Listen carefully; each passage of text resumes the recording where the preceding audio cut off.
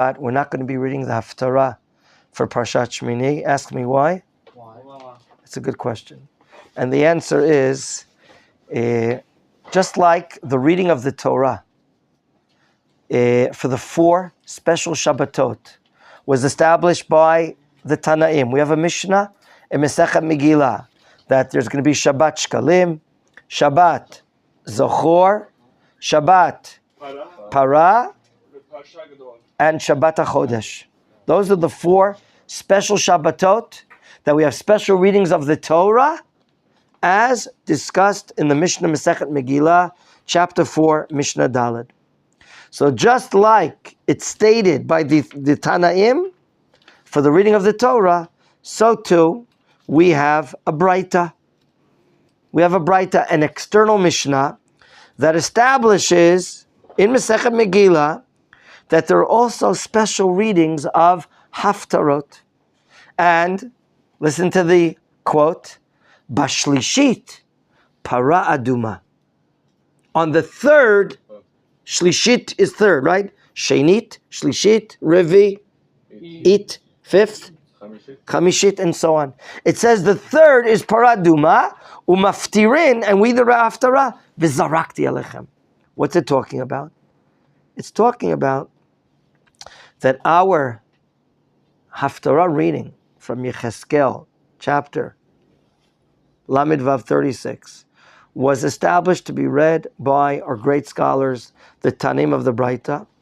And when it says Bashlishit, it means of the 4 Shabbatot, that we have special Haftarah readings, the 3rd reading is Parah Aduma, right? And we read like you read before, Bamidbar Yud Tet, about how is a person defiled to the dead. How will he go through a process of Tahara, spiritual purification?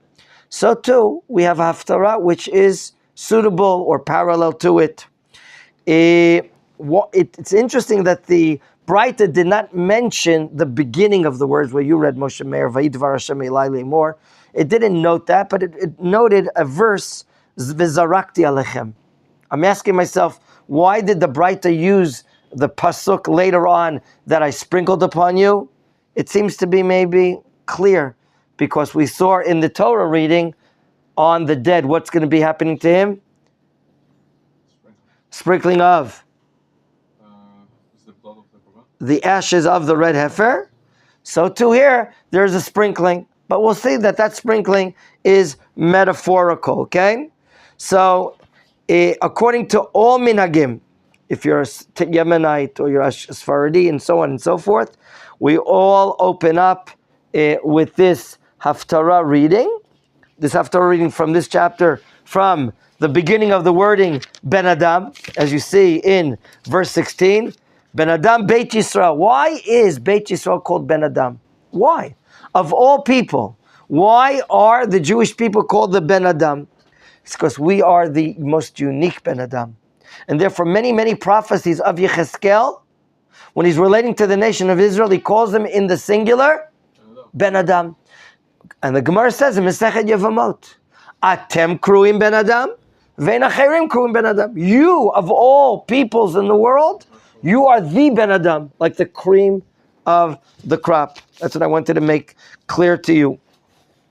And here we see, immediately at the beginning of the Haftarah, the prophet tells us that when Bnei Israel is living on their land, but defiling it, it's defiling it with the most unbelievable, terrible sins. As we see in verses Yud Zayin, Yud Chet, relationship to the 3 cardinal sins, Gilui Arayot, Shfichut Damim, and so on and so forth. Is it clear to you, though, why our sages chose this Haftarah? Because in the Haftarah, we are talking about what? Zrika. Zrika of what? Mayim HaTorim. But the zrika, the sprinkling of pure waters, is not relating to the individual that you read in Bamidbar 19. In Bamidbar 19, the sprinkling of the ashes is on a particular person, is it not? It's relating to the individual, is it not? Right? The purification of a Jew that became tamei lameit, defiled to the dead. Yes or no? That was Bamidbar Yutet. Here, we're talking about sprinkling waters as a metaphor for the spiritual purification, not of the individual, but rather the klal, the nation of Israel. And therefore, if I looked to understand this metaphor from the laws of purifying someone from the dead, you see it's a very good metaphor. Here's the purification of someone tamei lamet, and the mayim torim that you're using in the Bamidbar 19, okay? Those are called mayim chayim. They're coming from a spring. They're not coming from a faucet. They're not coming from a kli, from a vessel, but they're coming from a ma'ayan, a spring, okay, mikvah waters and so on and so forth, that are going to be mixed, like you said, with the ashes of the burning of the parah duma, and they're called mei nida. Can you repeat that term? Mei nida. Now, linadot could mean to sprinkle, or it could mean waters that a nida, menstruating woman, bathes in order to purify herself. So, the sprinkling of mei nida on a person who's tamei to the mate, like you said before Shua, on day number 3 and day number 7, all this is a chok. We said a chok, we have or do not have understanding. We don't have. It's a chok. We don't have understanding in this. Why, this or that. Even Shlomo HaMelech said, what? I try to understand these laws of purifying a Jew from the dead, and I don't understand it. And Shlomo HaMelech was what? The wisest man of all men. So, twice in the Parsha of Parah, the Torah uses in chapter 19 the Shoresh, Zayin, Reish, Kuf, which is Zayin, Reish, Kuf. No, Lizrok, Zayin, Reish, Kuf, to sprinkle, right? It says there, Kimei nida lo zarak alaf.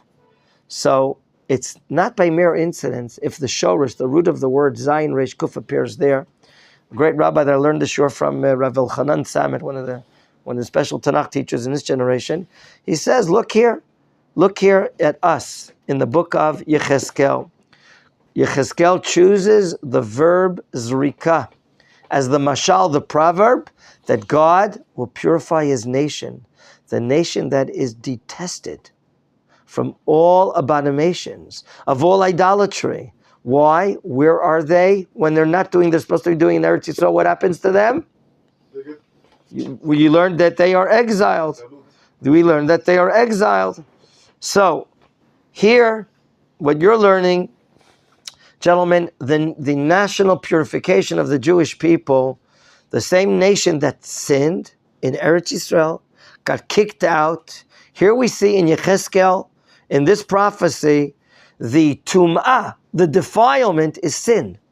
The defilement is not being in Eretz Yisrael.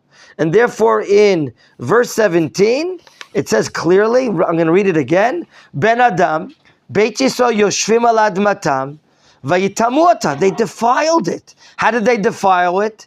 B'darkam uvaliltam, with their actions. And now what is it compared to? Ketum'at hanida, like the impurity of a menstruating woman, as you see here.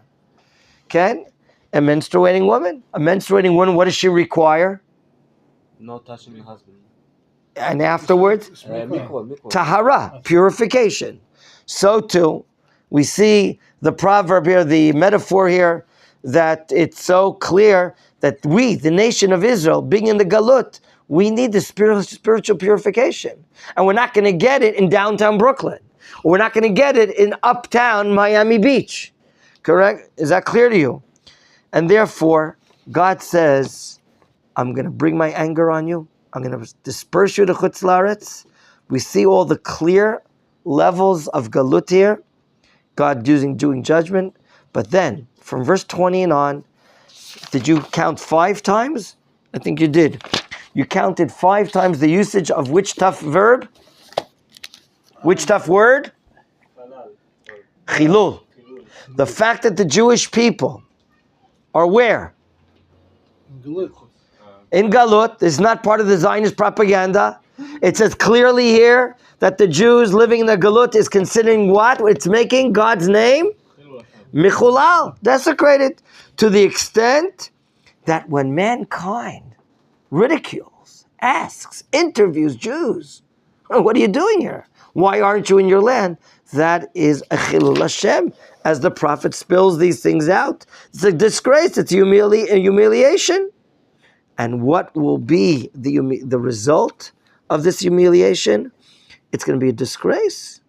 Okay, not only of the children, it's a disgrace of the Abba, the father of HaKadosh Baruch Hu. And therefore God, through the prophet, uses the word chilul 5 times in verses 20, 21, 22, and twice again in 23. So the normal situation of this nation is to be the nation of God in Eretz Yisrael.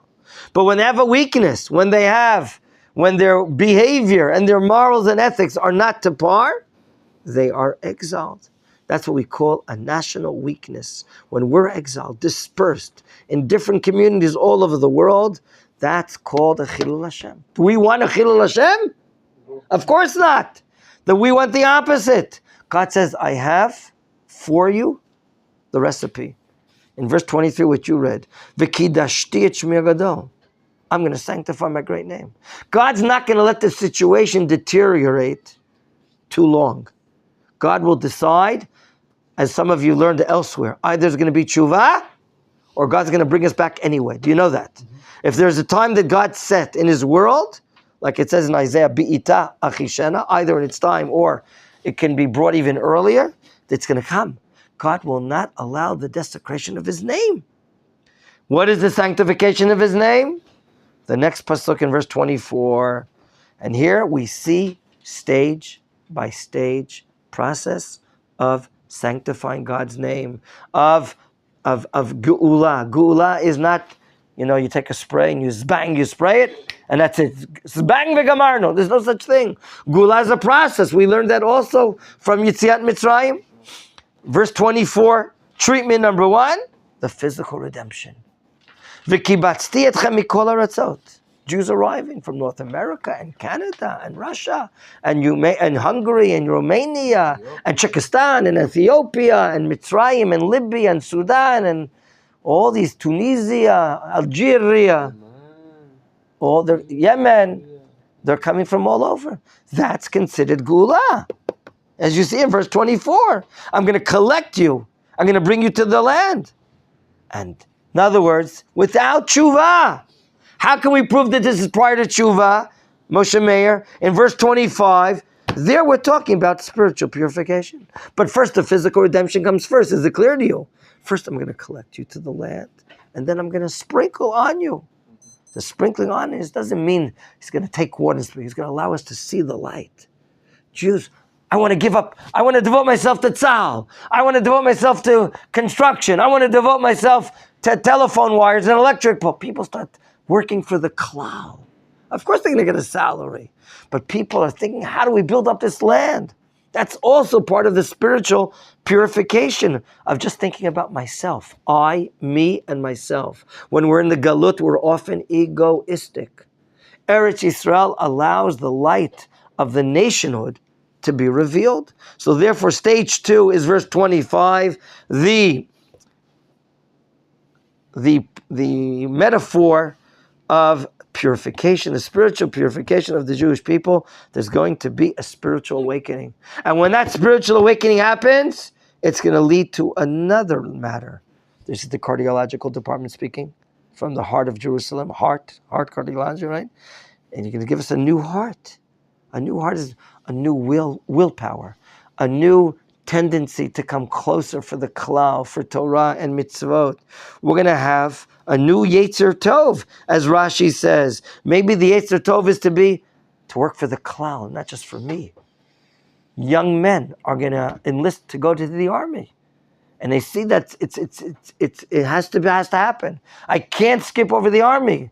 Young, even secular people. Some of them, they want to be career-oriented, or want to show off this or that. But many of them are ready to devote their lives for Klal Yisrael. There's nothing greater than higher than that. Look at that maturity level. That's the Lev Chadash in part 3 here in verse 26.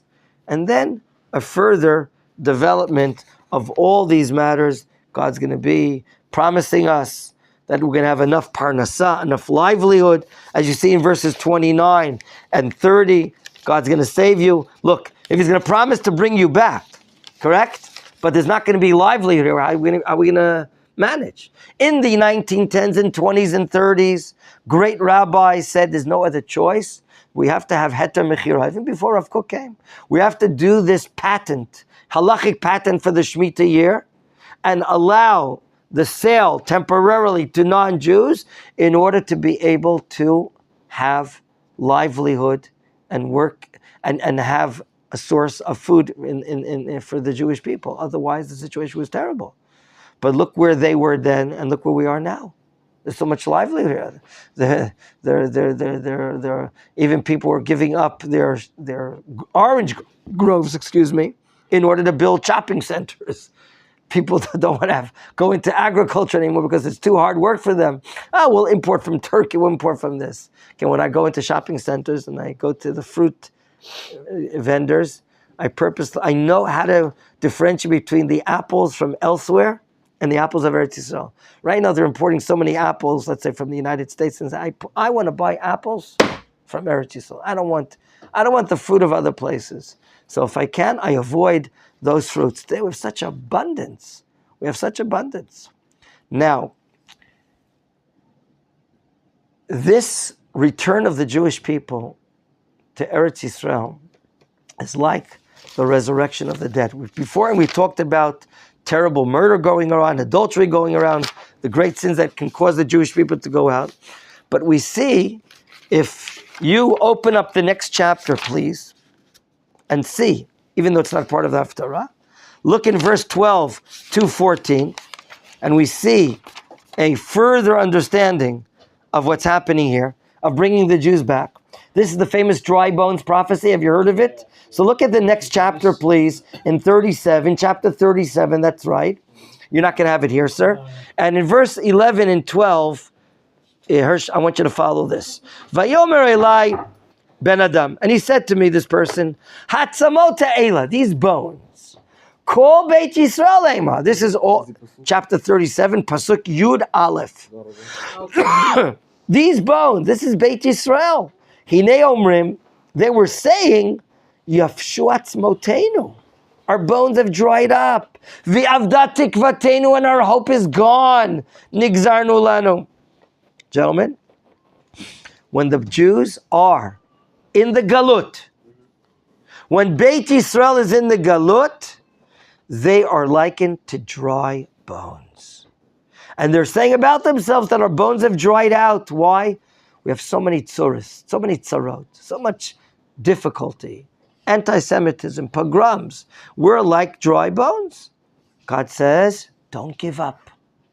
Do not despair. Have hope. Verse 12. Lachein, listen to this. Hinaveh, prophesies, meaning in the future. Ve'amartalem, and you, the prophet, you say to the Jewish people, Ko Amar Hashem Elokim. What a pasuk similar to what you read. This is what God the Lord says. Hine behold, ani potechet kivrotech. I'm going to open up your graves. I'm going to open up your graves. You're allowed to open up graves? This is metaphorical. When we are in Chutz La'aretz, we are like dead people, corpse. We're like dry bones. I'm going to open up your graves. The Chutz La'aretz is like a cemetery, spiritually. I'm going to bring you up from your burial sites, me, my nation. Gentlemen, furthermore in verse 14, I'm going to give my spirit in you. Okay? So what we see, this entire process that we're learning here, that the return of the Jewish people from the Galut to Eretz Yisrael, it's like a resurrection of the dead.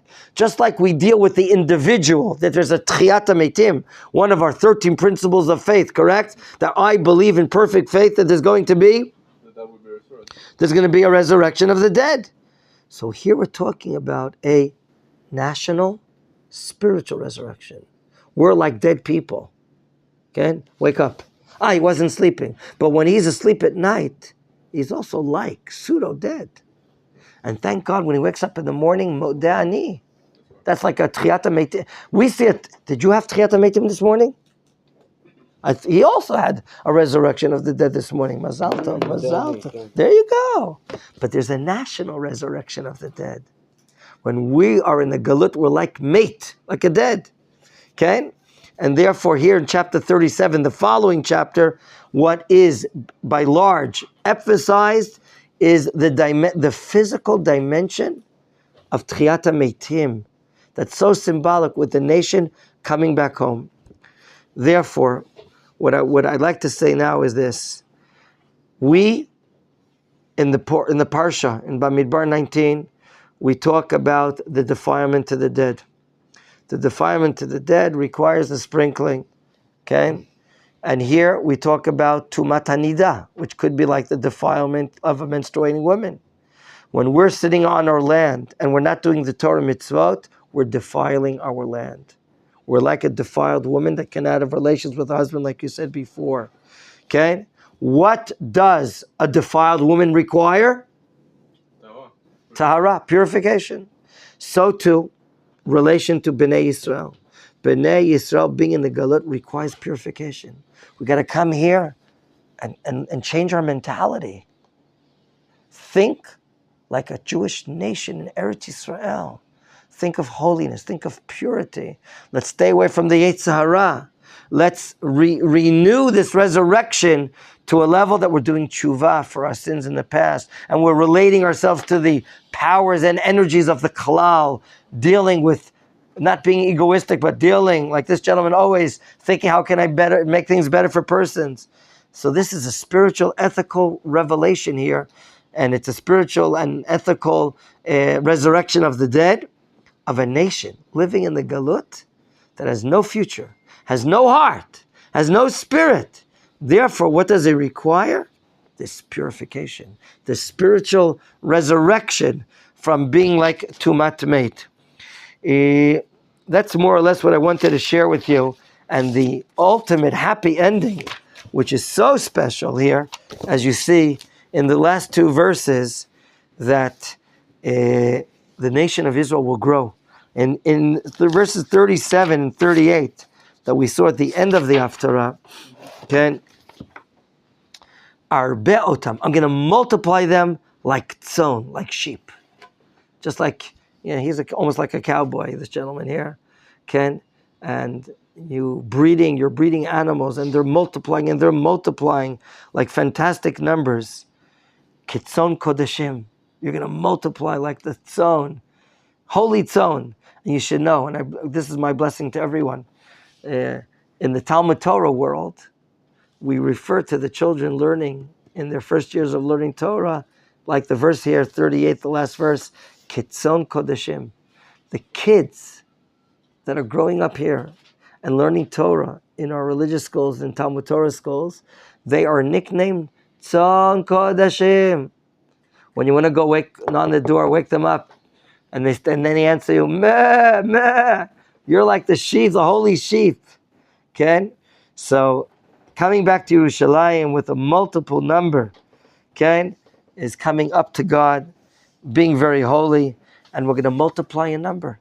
So all of these things are fantastic, and you know what? We are in our time today witnessing good parts of these prophecies coming true already. Physically, how much? We're close to 7 million Jews here almost. Spiritually, the anti-religiosity that we found here in the 70s and early 80s hardly exists, just by a small part of the people that have a lot of strong press and backing by the Supreme Court. But the tendency of the majority of the nation is not only to respect tradition, they're interested in tradition. I didn't say to be keeping Shabbat and all this, but more and more Jews, in a process of time, like Hirsch is saying, more and more Jews are asking to come to a synagogue on Rosh Hashanah. More and more Jews here in Israel are asking from the yeshiva world, please send us a minyan for Yom Kippur in the kibbutzim. You can ask Rav Yoav Malka, the one that talked about his tshuva, what's happening in many kibbutzim all over the country, that they're opening up synagogues. Doesn't mean everyone is coming, but some are coming. And people are doing tshuva. So it's much more widespread. But like you said, it has to be a process.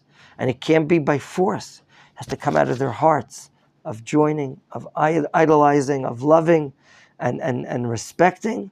And we're going that route. B'ezrat Hashem, and the days come even closer. That we'll see the building of the Beit HaMikdash in Yerushalayim, and we'll bring the Korban Pesach, even and do Zrikat Parah Duma. We're going to have to find a new red heifer. I'm going to send you out on a mission. Even in Europe, they're breeding a few red heifers that will burn it by the Kohen Gadol. India, according to Saudi Gaon in India. Okay, it could be. Have a great afternoon, gentlemen. Shalom. Red heifer that was almost kosher. No, it's until they found two black hairs on it in New York.